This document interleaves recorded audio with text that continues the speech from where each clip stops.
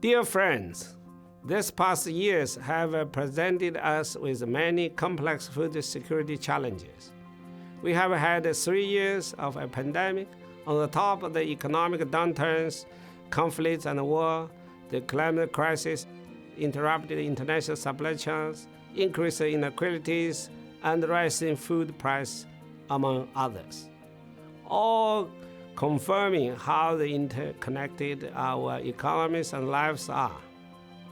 Rising food prices affect all of us, but the impacts are felt the most by the vulnerable and by the countries already experiencing a food crisis.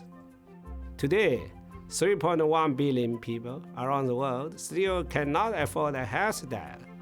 Hunger continues to rise, and it's affected 828 million people in 2021, an increase of about 46 million people since 2020, and 150 million since 2019.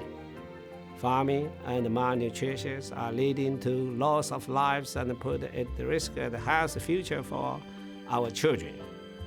Catastrophic short-term events are developing into protracted crises with overlapping challenges, which over the time are leaving an increasing number of the people behind. Now, more than ever, we need to harness the power of the solidarity and the collective action. Our agri-food systems hold great potential for a more equitable and prosperous future. As we are interlinked to the many areas of our lives and economy, from agriculture to the natural resources, to energy, to health, and many more. Agriculture is among the most cost-effective humanitarian interventions. To honor our pledge to leave no one behind, it is critical that we transform our agri-food system to be more efficient, more inclusive, more resilient, and more sustainable for better production, better nutrition, a better environment, a better life for all. We need to empower the most vulnerable, including small-scale producers, by investing in global agri-food systems. This means improved access to the training, incentives, science, data, technology, and innovation so that the smallholders can be at the center of this transformation.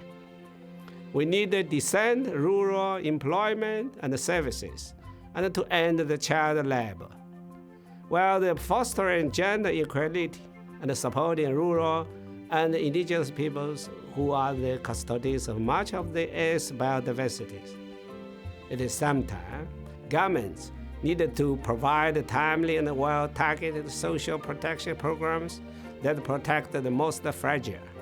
We need to support the countries at risk of the hunger, malnutrition, and famine, helping them to transform agri-food systems, funding humanitarian appeals, and boosting resilience. Greater priority must be given to the increasing local nutritious food production and preserving natural resources. The FAO Strategy Framework 2022-31 prioritizes this transformation across all our work in support of the 2030 Agenda and the Sustainable Development Goals. The 2021 United Nations Food Systems Summit and other multilateral initiatives have initiated the dialogues and pathways, putting agri-food system transformation higher on the global agenda. FAO continues to support the implementation of the national pathways for transformation by hosting the UN Food Systems Summit follow-up coordination hub on behalf of the UN system. Dear friends, let this World Food Day be a reminder of the need to accelerate this effort and strive for a future where no one is left behind, and where everyone have access to the health and affordable food. Let us work better together to build a new era of hope for everyone, everywhere. And thank you.